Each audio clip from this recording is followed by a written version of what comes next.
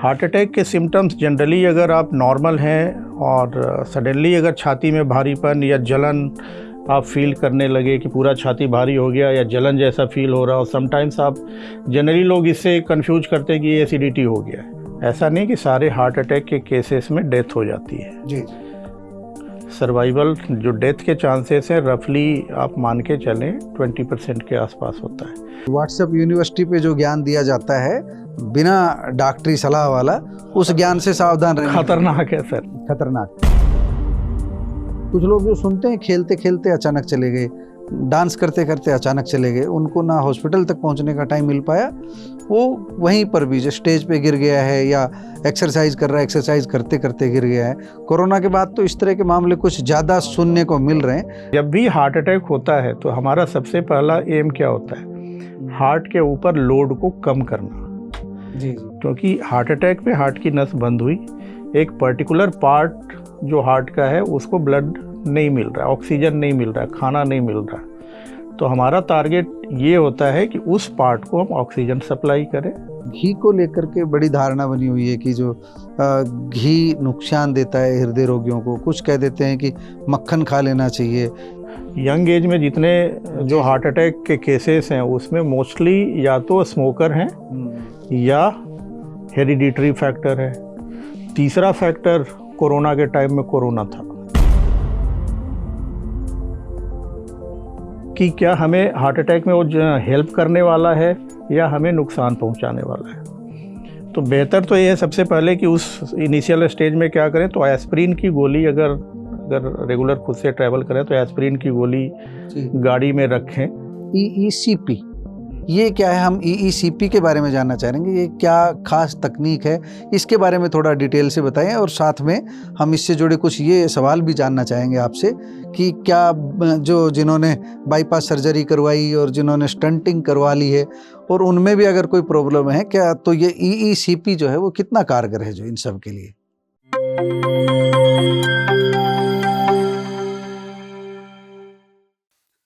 प्यारे दोस्तों, सादर अभिवादन। मैं हूं महेश कुमार वैद्य और आप देख रहे हैं NJP हरियाणा।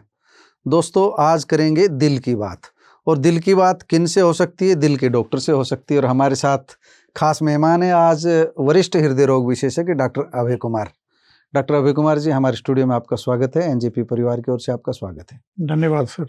सबसे बड़ा मुद्दा एक बार आपसे मौखिक हम चर्चा कर रहे थे, उसी के लिए हमने शुरुआत की कि आपको आमंत्रित करें। पॉल्यूशन का हमको जैसे जानकारी मिली कि जो अभी इन दिनों जो पॉल्यूशन बढ़ रहा है बहुत तेजी के साथ, हमारा वायुमंडल प्रदूषित है, इसका हृदय रोगियों पर क्या असर पड़ रहा है या ये सीधे ही जो पॉल्यूशन है हृदय रोग को बढ़ावा दे रहा है? क्या कहेंगे डॉक्टर अभय कुमार? जी, बहुत अच्छा सवाल है सर। हम लोग सब लोग इसे सफ़र कर रहे हैं, पॉल्यूशन को इफेक्ट को। पॉल्यूशन को मेजर करने का जो 2 इंडेक्स है जो डे टू डे में आप सुनते हैं, PM2.5 एंड PM10 इंडेक्स। तो बेसिकली हम लोग मोर वरीड हैं PM2.5 को लेकर के। PM2.5 एक्चुअली जो पार्टिकुलेट मैटर है, जो पार्टिकल है, जो पॉल्यूशन का कण है, उसके साइज को दर्शाता है। 2.5 मीन्स 2.5 माइक्रोन। अब हमारे शरीर में जो भी पॉल्यूशन, इसमें बहुत सारे हैं, कार्बन डाइऑक्साइड है, नाइट्रोजन है, सल्फर ऑक्साइड है, इन सब का मिश्रण हम इनहेल करते हैं लंग के थ्रू, सांस की नली के थ्रू जाता है। अब सांस की नली के साथ साथ वहाँ पे हमारी कुछ जो धमनियाँ हैं, पतली पतली धमनियाँ हैं जिसके आर्टेरियोल कहते हैं। तो जो बड़े पार्टिकल्स होते हैं वो तो फेफड़े में जा कर के रुक सकते हैं, वहाँ पे जा कर के उसको क्लॉगिंग करते हैं और उसके थ्रू इन्फ्लामेशन एंड बहुत सारे केमिकल्स रिलीज होते हैं और तो लोगों को सांस की परेशानी होती है। कुछ जो 2.5 वाले की बात जिसकी बात कर रहे हैं, जो ज़्यादा खतरनाक है, उसका लेवल अगर इन्वायरमेंट में बहुत ज़्यादा अगर हमारे वातावरण में बढ़ जाता है तो वो जो हमारी फेफड़े की जो कोशिकाएं हैं उसको भी क्रॉस करके और डायरेक्टली ब्लड वेसल्स में जो नसें हैं उसके अंदर में वो जा सकता है, जो वहाँ तक जा सकता है। हाँ, इसलिए ये सबसे ज़्यादा खतरनाक है। अगर ये वहाँ पे पेनिट्रेट करके जा सकता है, दैट मीन्स कि फिर वो पूरे शरीर में पूरे शरीर में हर जगह वो फैल सकता है और नुकसान पहुंचा सकता और नुकसान पहुंचा सकता है वहाँ पे जाकर के।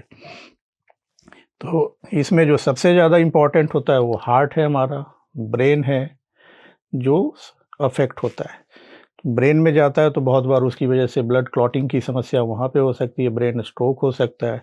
सिमिलरली जब हार्ट की नसों में अगर जाता है, हमारी जो कोरोनरी हार्ट की धमनियाँ हैं उसमें भी जा कर के ये जी ब्लॉकेज पैदा करने में बढ़ सकता है, एक कारण बन सकता हाँ रिस्क बढ़ा सकता है। और इस सिचुएशन में, इस कंडीशन में हार्ट अटैक की संभावना बढ़ जाती है। जी जी जी। डॉक्टर अभय कुमार, हम आपसे दो चीज़ें बहुत क्लियर जानना चाहेंगे। एक बाईपास सर्जरी है और दूसरा स्टंट डालना है। इसको लेकर के बड़ा कन्फ्यूजन रहता है कि which is better, bypass surgery क्या है और दूसरा स्टेंटिंग क्या है, और किन परिस्थितियों में कौन सी जो तकनीक है वो ज़्यादा बेहतर रहती है। आप इस पर प्रकाश डालेंगे तो ज़्यादा अच्छा रहेगा, और इससे आगे भी कोई टेक्नोलॉजी है तो हम उस पर भी आपसे बात कर लेंगे। पहले इन दो का आप बताइए जो आप। बाईपास सर्जरी और एंजियोप्लास्टी को समझने से पहले, ये एंजियोप्लास्टी मतलब स्टंटिंग, स्टेंटिंग, हाँ, जी। जिसे आम बोलचाल की स्टेंटिंग। भाषा में लोग जी जी, छल्ला डालना से लोग जी, ज़्यादा जी। जान पहचानते हैं इसको।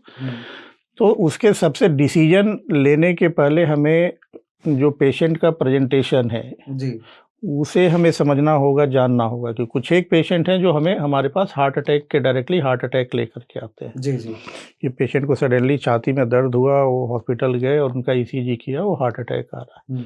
तो हार्ट अटैक के केस में जो बेस्ट ऑप्शन है, अगर टाइम पीरियड में अगर आ गए हैं, इस विंडो पीरियड में है कि जिनको कि तुरंत नस खोलने से हमें फ़ायदा है, तो उस केस में एंजियोप्लास्टी बेटर है। एंजियोप्लास्टी बेटर, हाँ, जो छल्ला है उसी का। उस केस में भी बहुत बार होता है ये कि एंजियोग्राफी किया हार्ट अटैक के केस में, पेशेंट को एंजियोग्राफी के लिए ले जाया गया, उसमें से एक नस बंद है और बाकी नसों में भी प्रॉब्लम है। जी। तो हमारा उस स्टेज में, हार्ट अटैक के सिचुएशन में, सबसे पहला टारगेट क्या होता है, एम क्या है? बंद वेन को खोल, बंद नस को हम खोलें जिससे कि जो ऑनगोइंग हार्ट अटैक है उसको हम लोग इमीडिएटली वहीं पे रोक सकें। जी जी। तो इसे हमें अचीव करना होता है, चाहे वो एंजियोप्लास्टी से हो, चाहे वो मेडिसिन के थ्रू हो, जो भी हो। उसके बाद सेकेंड स्टेज में हम लोग देखते हैं कि दूसरी जो नसें हैं उसका क्या बेहतर ऑप्शन होगा। जी जी। दूसरा कैटेगरी ऑफ पेशेंट्स इसमें है जिन लोग हार्ट अटैक के साथ में हमारे पास नहीं आ रहे हैं, ओपीडी में आ रहे हैं। जनरली उस तरीके के पेशेंट जो इमरजेंसी वाले नहीं है, वो आपके आउटडोर रूटीन की जांच में सामने आ गया, फाइंडिंग्स पता लग गया कि कहीं ब्लॉक, वो आपके पास आएंगे, बताएंगे भाई डॉक्टर साहब हमें चलने पे छाती में भारीपन होता है, या जबड़े में होता है, या पीठ में दर्द जाने लगता है, दर्द और रुकने पे आराम मिल जाता है। तो उसमें हमारे पास टाइम होता है। दैट मीन्स कि वो हार्ट अटैक वाला नहीं है। उस केस में जो बेसिक इन्वेस्टिगेशन किया जाता है, जैसे लाइक ईसीजी, इकोकार्डियोग्राफी, टीएमटी अगर करने की स्थिति में होते हैं, अगर इंडिकेशन है तो ट्रेडमिल टेस्ट, जो एक्सरसाइज करा करके हम, तो जो बेल्ट सी पे चलते हैं वो, जी बेल्ट पे। लेकिन वो भी डिपेंड करता है कि पेशेंट के सिम्टम कैसे हैं। जी जी। सिम्टम अगर कंफ्यूजिंग है, लगता है हो भी सकता है हार्ट का प्रॉब्लम, नहीं भी हो सकता है, तभी उसमें हम लोग डिफाइन करने के लिए एक्सक्लूड कर, मतलब एक योग्य डॉक्टर शरीर की वो जो बॉडी लैंग्वेज है उसको देख करके, हाँ, वो असेसमेंट वो डॉक्टर के ऊपर छोड़ना चाहिए कि कब कौन सा टेस्ट। आपका डॉक्टर बेहतर जानता है, खुद कोई प्रयास ना करें जो। बिल्कुल बिल्कुल। अब किसी को अगर चलने पे ही, थोड़ा सा चलने पे या छाती में दर्द हो रहा है, वैसे लोगों में टीएमटी खतरनाक हो सकता है, तो ये बिल्कुल नहीं करने का है। जी जी जी। तो खुद डॉक्टर बनने की ज़रूरत नहीं है, अपने डॉक्टर से मिलिए, अपने सिम्टम को बताइए, वो असेस करके आपको बताएंगे कि कौन सा टेस्ट आपके लिए बेहतर है। अब इस केस में जब हम एंजियोग्राफी करते हैं तो समटाइम्स एक नस में मिलता है, किसी में 2 में, किसी में 3 में।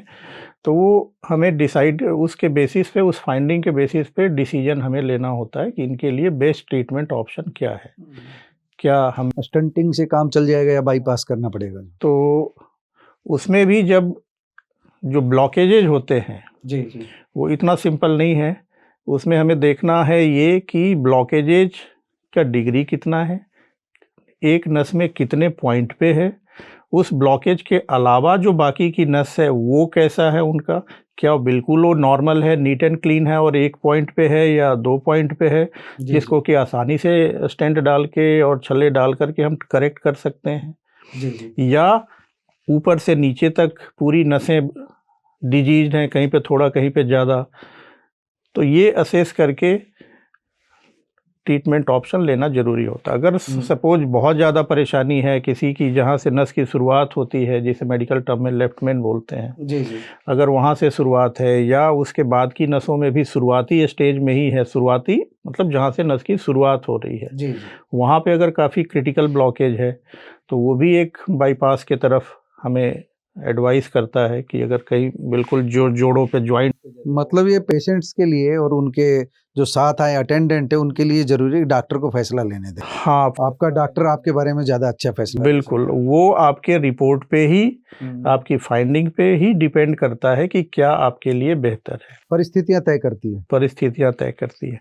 जहाँ तक एंजियोप्लास्टी और बाईपास सर्जरी में कौन बेहतर है, वो भी इन्हीं सारे फैक्टर्स पे डिपेंड करता है कि आपके केस में कौन सा प्रोसीजर या ऑपरेशन आपके लिए लॉन्ग टर्म ज़्यादा बेहतर रिजल्ट देगा आपको।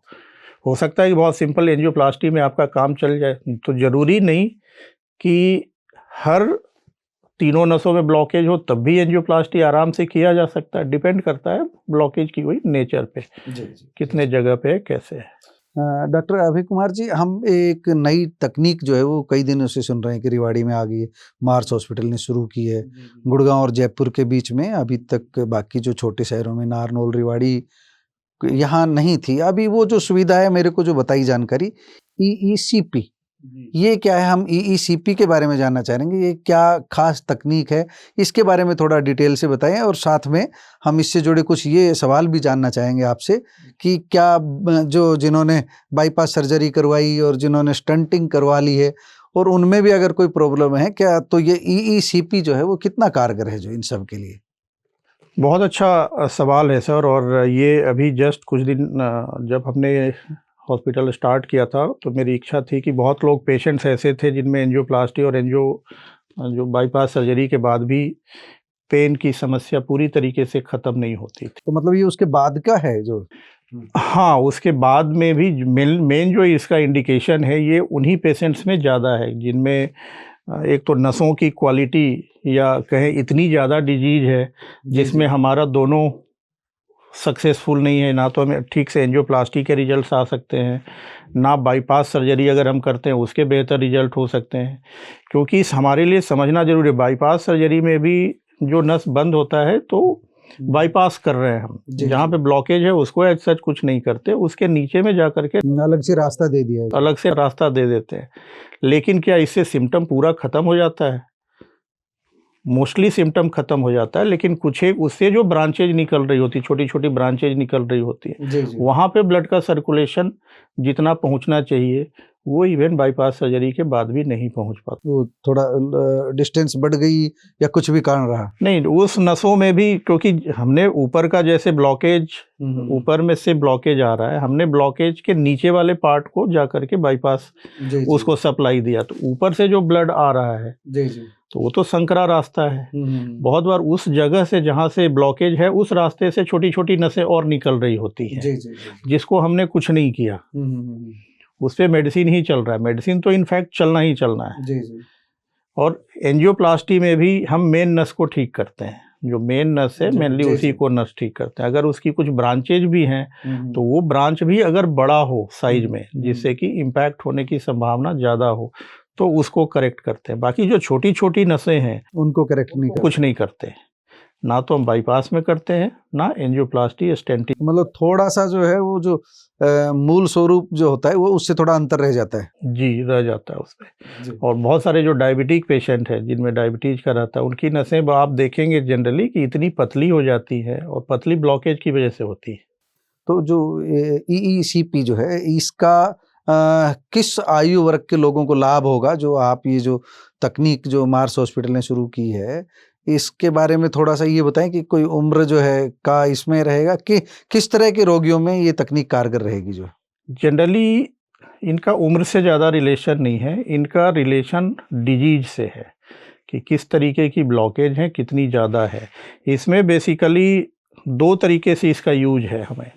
एक तो जिन लोगों को ब्लॉकेज है उसमें उन ब्लॉकेज और नसों को बेसिकली ये डेवलप करता है। जी जी जो छोटी छोटी नसें हैं उनको ये थोड़ा ग्रो करने में हेल्प करता है, जी जी। जिसको मेडिकल टर्म में नियोवैस्कुलराइजेशन। ये कोई उपकरण है, हम फोटो हमको इसका मिलेगा आपसे? जी हाँ, मैं बिल्कुल हाँ, तो फोटो हमको उपलब्ध फोटो करा देना। दूंगा आप। तो हम अपने दर्शकों को दिखाना चाहेंगे कि किस टाइप का उपकरण है। ये इसमें एक उपकरण है जिसमें हम पेशेंट को, एक टेबल होता है, जी जी टेबल जैसा उपकरण है उसमें, तो उस पे पेशेंट को लिटाते हैं। वो ईसीजी से, कंप्यूटराइज्ड ईसीजी से कनेक्टेड होते हैं जी और उस ईसीजी से पैर और कमर तक एक पंप होता जी है जो कि उसको रैप अराउंड करते हैं, और वो हमारे जो हार्ट रेट है, जी जी धड़कन है, धड़कन में दो तरीके का, जैसे हार्ट काम करता है हमारा, तो एक सिस्टोल होता है जिस समय हार्ट पंप करके पूरे शरीर में ब्लड को पहुंचाता है। दूसरा जी। जिस समय होता है जब हार्ट रिलैक्स करता है। रिलैक्स करता है मतलब हार्ट के अंदर में जिस समय ब्लड आता है। जी जी जी हमारी हार्ट की नसें हैं, उसमें ब्लड हमारा जाता है ड्यूरिंग डायस्टोल, मतलब जिस समय हार्ट रिलैक्स कर रहा है, जिस जी, समय जी। ब्लड वो अंदर ले रहा है, उस समय तब जाता है। तब जाता है। तो ये उपकरण बेसिकली उस फेज को यूज करता है जिस समय हार्ट रिलैक्स कर रहा है, और हार्ट की जो धमनियां हैं, हार्ट को जो अपना ब्लड सप्लाई मिल रहा है उसको जब चाहिए, जी तो उस समय इसको वहाँ का ब्लड का सर्कुलेशन हाई प्रेशर पे वहाँ पे देता है। ये मदद कर रहा है। ये मदद करता तो बहुत ज्यादा महंगा तो नहीं है? हम जो सलाद रेवाड़ी के है, आसपास के लोग, ये अफोर्डेबल है, अफोर्डेबल है। अफोर्डेबल है। एक हमको 5-7 दिन पहले कोई व्हाट्सएप पे मिला था। व्हाट्सएप यूनिवर्सिटी खतरनाक भी है, अच्छी भी है, तो हम आपसे पुष्टि कर लेते हैं। वो संदेश था कि मैं वो संदेश यहाँ बताना नहीं चाहूँगा कि कुछ लोग उसका दुरुपयोग ना करें। आपसे जानना चाहेंगे कि आपातकाल में, जैसे गाड़ी चला रहे हैं आप, रास्ते में हैं, सडन आपको लगता है कि बहुत बड़ी प्रॉब्लम हो गई है, साथ में छाती में दर्द हो रहा है भयंकर, जो ये आपको दोहरा हार्ट अटैक जिसको बोलते हैं, उसकी संभावना आपको लग रही है, उस सूरत में संकट काल में, जो जिसको गोल्डन आवर्स बोलते हैं, जो वो क्या है, और उस स्थिति में एक आम आदमी को क्या करना चाहिए तो निकटतम अस्पताल तक पहुंचे, उससे पहले क्या करें? हार्ट अटैक के सिम्टम मैंने पहले भी बहुत बार डिस्कस किया है, तो सबसे पहले आप दोबारा रिपीट कर दीजिए। अवेयर होना चाहिए कि हार्ट अटैक के सिम्टम होते क्या हैं। हार्ट अटैक के सिम्टम्स जनरली, अगर आप नॉर्मल हैं और सडनली अगर छाती में भारीपन या जलन आप फील करने लगे कि पूरा छाती भारी हो गया या जलन जैसा फील हो रहा हो, समटाइम्स आप, जनरली लोग इससे कंफ्यूज करते हैं कि ये एसिडिटी हो गया है, जी जी जी सडन एसिडिटी की समस्या हो गई है। तो मोस्ट ऑफ द टाइम ये एसिडिटी की समस्या तो अचानक तो आएगी नहीं, जी जी वो धीरे धीरे ही होगा, और पहले से आप सफ़र कर रहे होंगे तभी वो आएगी। तो अचानक से अगर आप फील कर रहे हैं कि हार्ट बर्निंग हो रहा है या एसिडिटी हो रहा है या चेस्ट पे कंप्रेशन हो रहा है, जी जी, और उसके साथ में अगर स्वेटिंग शुरू हो गई या सांस की समस्या लगने लगी, मतलब पसीना आ रहा है, भारीपन हो रहा है, तो आप सतर्क हो जाना चाहिए वहाँ पे। तो क्योंकि ये इम्पेंडिंग हार्ट अटैक हो सकता है, ठीक है। तो उस केस में हमें, अगर हम ड्राइव कर रहे हैं जी या या कैब में या कैसे, अभी अगर दूसरा अगर हमारा ड्राइवर है, तो सबसे पहले तो हमें अपने घर वालों को इन्फॉर्म करना चाहिए जी कि इस इमरजेंसी सिचुएशन में है, अगर हमें इस तरीके का फीलिंग हो रही है, हो सकता है कि हमें कुछ प्रॉब्लम हो। तो बेस्ट उपाय यही है उसमें कि हम नियरेस्ट जो भी हॉस्पिटल है, मेडिकल एड वहाँ पे मिल सकता है, वहाँ पहुँचे, घर जाने की बजाय, बट घर वालों को बता दें कि भाई ये प्रॉब्लम। लेकिन मेरा सवाल तो ये था कि मान लीजिए हॉस्पिटल दूर है, जी, उस सूरत में अगर कोई व्यक्तिगत रूप से कुछ उसको जो अपनी मदद कर सके, या उसके परिवार वाले मदद कर सके, या साथ वाले मदद कर सके, या राहगीर मदद कर सके, वो क्या किया जा सकता है? राहगीर तो हॉस्पिटल तो पहुंचा देंगे, पर हॉस्पिटल पहुंचाते पहुंचाते भी क्या कुछ किया जा सकता सर, है? इम्पॉर्टेंट ये है कि जब भी हार्ट अटैक होता है तो ऐसा नहीं कि सारे हार्ट अटैक के केसेस में डेथ हो जाती है। जी जी सर्वाइवल, जो डेथ के चांसेस हैं, रफली आप मान के चलें 20% के आसपास होता है। और जो डेथ का कारण है, डेथ का कारण सडन धड़कन का रुक जाना या धड़कन इतना फास्ट हो जाना कि कार्डियक अरेस्ट के रूप में टर्मिनेट करता है। और जो रेस्ट ऑफ द पेशेंट्स हैं वो कुछ समय हमें देते हैं कि हाँ, हम हॉस्पिटल या घर पे पहुंच सकें। तो जो सडनली जिन लोगों में होता है, सपोज हार्ट अटैक आया तो दो तरीके का है, दो अलग अलग जो एरिया है हार्ट का उसमें हार्ट अटैक होता है, तो दोनों अलग अलग तरीके से प्रेजेंट करते हैं। एक में सडनली हार्ट अटैक की वजह से धड़कन बिल्कुल स्लो या रुक जाता है उसमें, और दूसरे में इतना फास्ट हो जाता है कि वो ब्रेन का सर्कुलेशन रुक जाता है। तो ये दोनों ही कंडीशन जानलेवा हो जाता है। बाकी जो केसेस हैं वो जनरली स्टेबल रहते हैं कुछ पीरियड ऑफ टाइम तक, तो वो हमें समय देता है। अब क्वेश्चन ये आया कि उस पीरियड में हम लोग क्या करें। जी। जो व्हाट्सएप पे भी आपने देखा होगा कि आप ब्रीदिंग करने लगे या कांस्टेंट कफिंग करने लगे, तो कफिंग कब करें? एक तो है 70-75% में हमें ये सब कफिंग और इसके की ज़रूरत नहीं है। दूसरा कि क्या हमें हार्ट अटैक में वो हेल्प करने वाला है या हमें नुकसान पहुंचाने वाला है। तो बेहतर तो ये है सबसे पहले कि उस इनिशियल स्टेज में क्या करें, तो एस्पिरिन की गोली अगर रेगुलर खुद से ट्रैवल करें तो एस्पिरिन की गोली गाड़ी में रखें कि इमरजेंसी सिचुएशन में एस्पिरिन ले सकें। तो एक ब्लड थिनर है, ब्लड क्लॉट को डिजॉल्व, खून को पतला कर देती है एस्पिरिन। जी, तो च्यूएबल टैबलेट होता है, वो इमीडिएटली च्यू करें तो इमीडिएट उसका इफेक्ट कुछ मिनट्स में हो जाता है, सो दैट कि हो सकता है हॉस्पिटल तक अगर आप पहुंच रहे हैं तो उसको आपको हेल्प कर दे। अब जहां तक ये व्हाट्सएप पे जो कफिंग एंड डीप ब्रीदिंग का है, तो उसमें है कि कफिंग करने से कुछ एक केसेस में देखा गया है कि वो चांसेस होता है कि वो उस एपिसोड को टर्मिनेट कर दे। लेकिन आपको वो एपिसोड हुआ नहीं, और जब होता है तो आपको पता नहीं चलेगा, क्योंकि ये सडन होता है। आप नॉर्मल हैं बिल्कुल, आपको एक्सपीरियंस पेन कर रहे हैं कि हाँ हमें चेस्ट हेवीनेस हुआ, ये सब जब तक धड़कन ठीक है तब तक आप बिल्कुल अलर्ट हैं, यहाँ पे कुछ नहीं हो रहा। सडनली धड़कन इतना फास्ट हो गया, जिसको मेडिकल टर्म में वेंटिकुलर फिब्रिलेशन या कार्डियक अरेस्ट आप मान के चलिए, तो आपको अनकॉन्शियस कर देगा। तो आप उस स्थिति में पहुंच ही नहीं पाएंगे कि आप कफिंग करें और ब्रीदिंग करें। और दूसरा इसका एस्पेक्ट है कि लोग ये जो आप एक्सपीरियंस कर रहे हैं उसी समय से आप शुरू कर दें करना, कब तक करो? क्या ये पॉसिबल है कि आप ड्राइव कर रहे हैं और कफिंग करते हुए आप जा रहे हैं? ये पॉसिबल नहीं है। दूसरा कि जब भी हार्ट अटैक होता है तो हमारा सबसे पहला एम क्या होता है? हार्ट के ऊपर लोड को कम करना।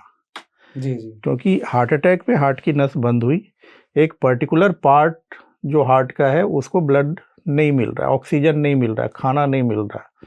तो हमारा टारगेट ये होता है कि उस पार्ट को हम ऑक्सीजन सप्लाई करें। दूसरा, उसकी जो डिमांड है हार्ट के ऊपर में, उस डिमांड को कम करें।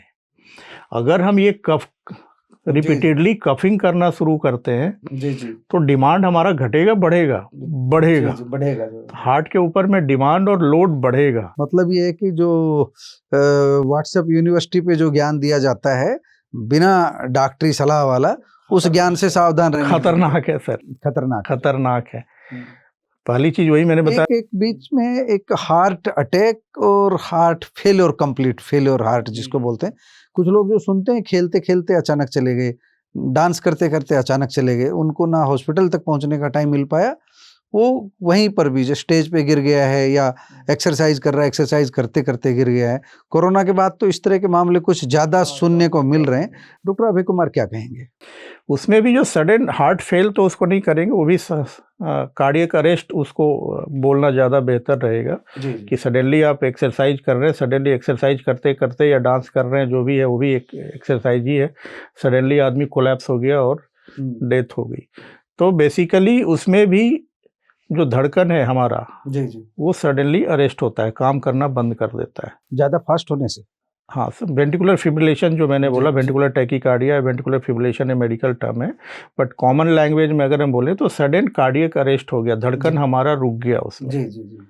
तो उस केस में भी अगर इमीडिएट रिससिटेशन हो वहाँ पे, CPR टेक्निक अगर हम लोग अपनाते हैं वहाँ पे, तो चांसेस ऑफ रिवाइवल थोड़े बढ़ जाते हैं। वो क्या है जो आप बता रहे, क्या नाम बताए?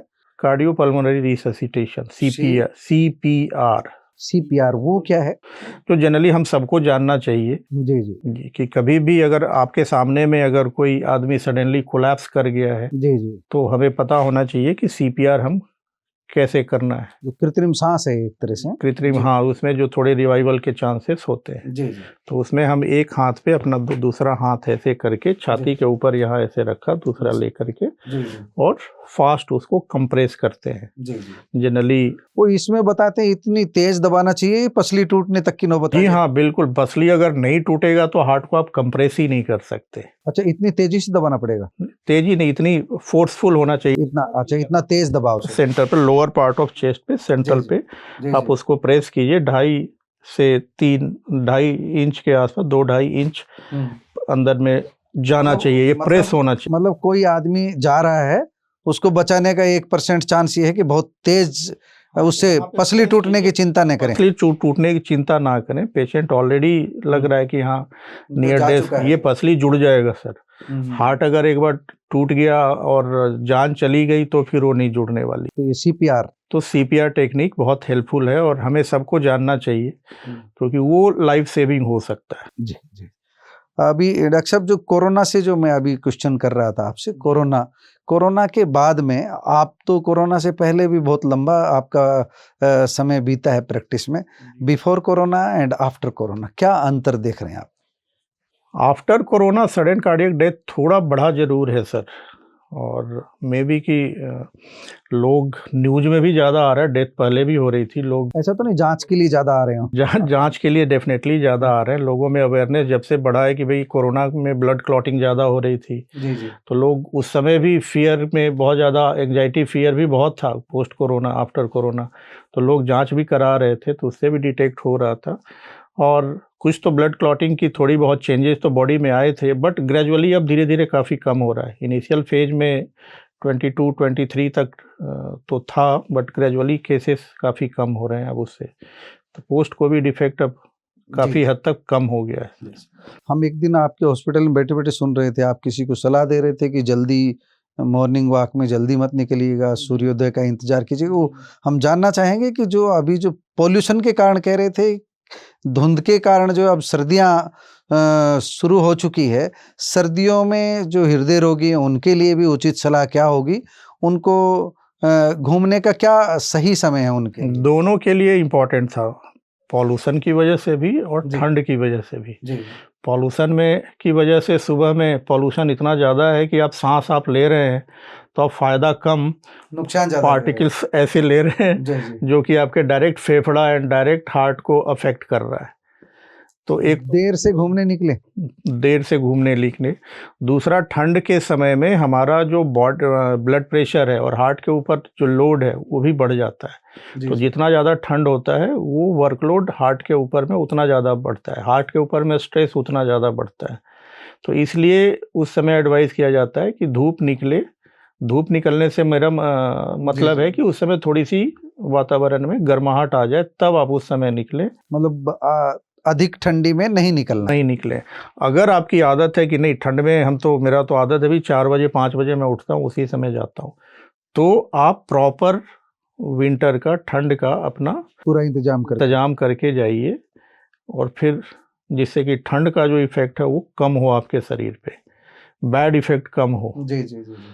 एक वसा के बारे में जानना चाहेंगे, जो चिकनाई है आमतौर पर गांव में, अब तो शहरों में भी वही है, तो घी को लेकर के बड़ी धारणा बनी हुई है कि जो घी नुकसान देता है हृदय रोगियों को। कुछ कह देते हैं कि मक्खन खा लेना चाहिए। घी और मक्खन का अंतर समझाते हुए आप हमारे दर्शकों को ये बताने का कष्ट करें कि हृदय रोगियों के लिए घी नुकसानदायक है या खा लेना चाहिए, कितना खाना चाहिए, खाएं तो जो है, और कैसे खाएं? घी और मक्खन ले सकते हैं, बट लिमिटेड मात्रा में लेनी चाहिए। अगर आप वर्क कर रहे हैं, फिजिकली काफ़ी ज़्यादा एक्टिव है, मैनुअल वर्कर है, लेबरर है, आप कैलोरी ज़्यादा यूज कर रहे हैं आपको, तो उस केस में आप ज़्यादा भी कंज्यूम कर सकते हैं। ऐसे भी रफली जो हमारा डेली जो कैलोरी हम लेते हैं, जितना हमें एनर्जी की ज़रूरत है खाना से, उसमें 30% के आसपास हमें वसा से ले सकते हैं उसमें।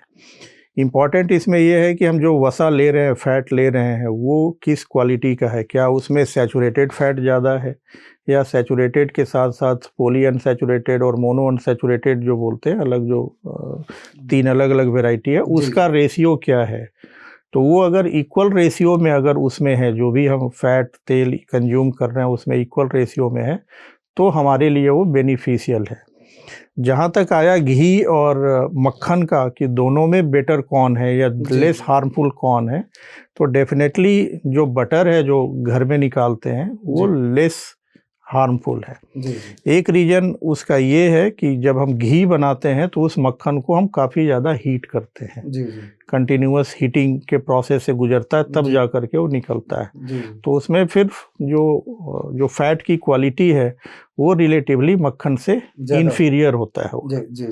तो इसलिए अगर दोनों में से एक सेलेक्ट करना हो तो डेफिनेटली मुझे लगता है मक्खन ज़्यादा बेटर होगा। डॉक्टर अभय कुमार जी, हृदय रोग बहुत तेजी के साथ में बढ़ रहे हैं। आप कई बार हमारे पिछले साल इस प्लेटफार्म पर भी आपने ये बात बताई थी, और इसके पीछे एक बड़ा कारण आपने बताया था हाई ब्लड प्रेशर का। तो ये जो हम पूरा का पूरा कंप्लीट जो इसका रीजन है वो जानना चाहेंगे। हाई ब्लड प्रेशर भी क्यों हुआ, तनाव भी जो क्यों हुआ, या जो हृदय रोग बढ़े, मतलब हृदय रोग क्यों बढ़ रहे हैं, इस पर आप प्रकाश डालिए। जो बहुत सारे फैक्टर हैं सर इस पे, तो उसमें से blood pressure, high blood pressure एक इम्पॉर्टेंट है। हाई ब्लड प्रेशर हो गया, डायबिटीज हो गया, हेरिडिटरी फैक्टर एक बहुत इम्पॉर्टेंट है, स्मोकिंग हैबिट तो है ही। हमारा जो फूड है वो आजकल स्मोकिंग भी हृदय रोगों को बढ़ा जाता बहुत ज़्यादा सर। स्मोकिंग को तो मतलब स्मोकिंग एंड डायबिटीज ये दोनों नंबर 1 पे है सर। यंग एज में जितने जो हार्ट अटैक के केसेस हैं उसमें मोस्टली या तो स्मोकर हैं या हेरिडिटरी फैक्टर है। तीसरा फैक्टर कोरोना के टाइम में कोरोना था, यंग आदमी की बात कर रहा हूँ। जो लोग मिडिल एज में हैं उनमें स्मोकिंग के साथ साथ ब्लड प्रेशर, डायबिटीज वो एक बड़ा कारण, हाँ वो सब कारण और उसमें ऐड हो जाता है। ये हो क्यों रहा है? ब्लड प्रेशर, शुगर बहुत तेजी से बढ़ क्यों रहा है? इसके पीछे क्या कारण है? फूड हैबिट, हमारा फूड हैबिट और जो फिजिकल सीडेंटरी लाइफ है हम वो सब काफ़ी ज़्यादा इम्पोर्टेंट हो गया सर। स्ट्रेस एक बहुत इम्पोर्टेंट फैक्टर है। स्ट्रेस सब लोग स्ट्रेस में हैं। स्ट्रेस ब्लड प्रेशर को भी बढ़ाता है, डायबिटीज, किसी को खबर लिखने का तनाव है, किसी को मरीज देख, सबका अलग अलग है सर। तो सब लोग टेंशन में हैं, और स्ट्रेस से भी जो बहुत बार जो हार्ट अटैक में भी जो अंदर की नसें हैं वो भी स्ट्रेस में रहती है। तो उसके फटने के और वहाँ पे क्लॉटिंग का टेंडेंसी भी बढ़ जाता है। अच्छा, उसका बढ़ जाता है। तो एक डॉक्टर साहब जो एक टेस्ट है head up tilt test, head up tilt test, उसके बारे में जो हम आपसे जानना चाहेंगे। कई बार ये हमारे सामने जिक्र है, ये क्या है, किन मरीजों के लिए उपयोगी है? जो जी, हेड अप टिल्ट टेस्ट, जिसको कि छोटे फॉर्म में हट टेस्ट बोलते हैं, ये उन लोगों में ऐसे टेस्ट ये भी हमारे यहाँ अवेलेबल है और कहीं पे है नहीं यहाँ पे, बट गुड़गांव, अच्छा, मार्स में है अवेलेबल, मार्स में अवेलेबल है। गुड़गांव जयपुर की तो बात ही छोड़ दे, वहाँ तो होगा, लेकिन उन दोनों शहरों के बीच में आपके पास है? जी बिल्कुल। बहुत सारे केसेस में आप देखते होंगे लोग सडनली बेहोश हो जाते हैं, बाथरूम गए बेहोश हो गए, या उठ रहे हैं उसमें बेहोशी की समस्या आ गई है। तो जो ट्रांजिएंट लॉस ऑफ कॉन्शसनेस है, अचानक से बेहोशी की जो समस्या है, उसको एक जांचने का ये टेस्ट है, जिसमें हम पता करते हैं कि पेशेंट में क्या जो कारण क्या रहा, बेहोशी कारण क्या है। तो कुछ एक जो टेस्ट है बेहोशी का पता लगाने के लिए, उसमें से एक इम्पॉर्टेंट टेस्ट ये है, उससे पता लग जाता है, से हमें पता चल जाता है। एक रूटीन चेकअप की हम बात करते हैं आम लोगों के लिए, और समापन की ओर हम बढ़ रहे हैं। ये हमारा लास्ट क्वेश्चन है। एक आम आदमी को कब हृदय रोग विशेषज्ञ के पास चले जाना चाहिए, रूटीन में भी, रूटीन चेकअप के लिए भी, और क्या जांच इस तरह की हो जो समय समय पर करानी चाहिए, कितने महीने के अंतराल से करानी चाहिए, और क्या वो जांच है जिनके, उन जांच के नाम भी आपसे जानना चाहेंगे कि ये करा लेनी चाहिए रूटीन चेकअप, जिनको कोई बीमारी नहीं लग रही, फिट है, और फिर भी उनको डॉक्टर की कब जरूरत है, ये आपसे जानना चाहेंगे। आज के समय में सर 30 एज के ऊपर में तो हमें अपना रूटीन टेस्ट जी। करा लेना चाहिए, जस्ट एज अ प्रिवेंटिव। वो रूटीन टेस्ट क्या क्या है, क्या वो रूटीन टेस्ट में एक तो ब्लड इन्वेस्टिगेशन जो आप देखते हैं, ब्लड काउंट्स हो गए, शुगर हो गए, कोलेस्ट्रॉल हो गया, आपका ब्लड प्रेशर कैसा है, ये 2-3 चीज़ें भी अगर हम पता कर लेते हैं तो हमारे लिए इम्पॉर्टेंट है। एक बेसलाइन ईसीजी हमारा ज़रूर होना चाहिए जब आप फर्स्ट टाइम जा रहे हैं तो, और एक एकोकार्डियोग्राफी है जो हार्ट का अल्ट्रासाउंड है, वो करा लेनी चाहिए। अगर आपका सब कुछ ये नॉर्मल है तो एवरी ईयर कराने की ज़रूरत नहीं है। फिर आप 1.5 से 2 साल में अगर लो रिस्क कैटेगरी में, उसके बेसिस पे डॉक्टर आपको बता देंगे कि आप लो रिस्क कैटेगरी में हैं या मॉडरेट रिस्क कैटेगरी में है या हाई रिस्क कैटेगरी में है। तो जनरली अगर आपके कोई सिम्टम वगैरह नहीं है, कोई रिस्क फैक्टर नहीं है, ब्लड प्रेशर, शुगर वगैरह नहीं है, आपकी कोई बैड हैबिट्स नहीं है, स्मोकिंग वगैरह का, हेरिडिटरी कोई आपका रिस्क फैक्टर नहीं है, आपके हेरिडिटरी मतलब आपके मदर फादर या फैमिली मेम्बर जो इमीडिएट आपके ब्लड रिलेशन में है उनको कोई हार्ट की प्रॉब्लम नहीं है, तो आप लो रिस्क कैटेगरी में आते हैं। तो उसमें 2-3 साल में अगर आप एक बार इन सब चीज़ों को, ब्लड टेस्ट को भी रिपीट कर लेते हैं तो वो फायदेमंद है। 40 के ऊपर जाते हैं तो ये फ्रीक्वेंसी को हम लोग कम कर सकते हैं।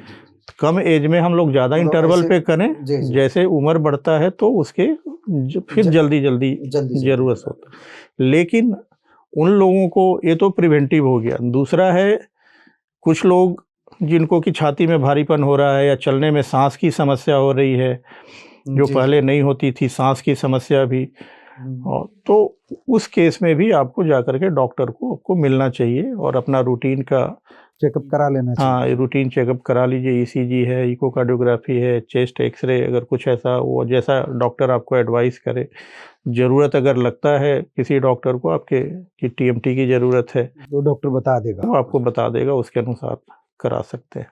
But each and every case में हमें अपना cholesterol, blood pressure, blood sugar और अपना ईसीजी, ये तो आपको बेसिक रूटीन में कराते रहना चाहिए, पता होना चाहिए कि आपका ठीक था या नहीं ठीक। बहुत बार क्या होता है कि हमें अपना ईसीजी पहले का पता होता है तो हमें बाद कुछ लोगों में नॉर्मली भी एबनॉर्मल ईसीजी मिलता है। तो एसिम्टोमेटिक, जिस समय आपके कोई सिम्टम नहीं थे उस समय आपने ईसीजी कराया हुआ है तो उसको आपका बेसलाइन स्टैंडर्ड ईसीजी मानते हैं। तो उससे क्या होता है, बाद में अगर कोई सिम्टम हो रहा है जो सिम्टम वाइज नहीं लग रहा है कि आपको कोई हार्ट की परेशानी होगी, लेकिन ईसीजी ऐसा इंडिकेट करता है जैसे अब नॉर्मल हो, तो उस समय डॉक्टर के लिए भी पहचानना मुश्किल होता है कि अब इसको ठीक मानूं या खराब मानूं। मतलब डॉक्टर ही फैसला करेगा, उसमें मुश्किल तो होता है, लेकिन वो ऐसा समय होता है कि वहाँ दो राहे पर नहीं रहना चाहिए, एक डिसीजन पे पहुंचना। पहला का अगर ईसीजी आपका पता है तो उससे कंपेयर करके आपको इमीडिएटली बता सकते हैं नहीं पहले भी आपका ऐसा ही था, अभी भी ऐसा ही है, तो मोस्ट लाइकली कोई प्रॉब्लम नहीं है। तो ये, और फ़ोन में है, अपने फ़ोन में ईसीजी वगैरह रख लीजिए कि हाँ भाई ये मेरा बेसलाइन है, तो फट इमीडिएटली कंपेयर करने में आसानी हो जाएगी। तो आपका बहुत बहुत धन्यवाद डॉक्टर अभय कुमार जी, आपने उपयोगी जानकारी हमारे दर्शकों को दी। तो आप समझ चुके होंगे कि दिल से है अगर प्यार तो जो है शुगर की मात्रा भी जो अपनी जांच कराते रहिए, ब्लड प्रेशर भी अपना जांच कराते रहिए, और समय समय पर जितने भी टेस्ट डॉक्टर साहब ने बताए वो टेस्ट आप कराते रहिए। और इसके साथ साथ यह भी ज़रूरी है कि बहुत ज़्यादा अपने खान पान पर भी आपको ध्यान देना है और अपनी एक्सरसाइज पर भी, फिटनेस पर भी ध्यान देना है, लेकिन ठंड से बचकर रहना है।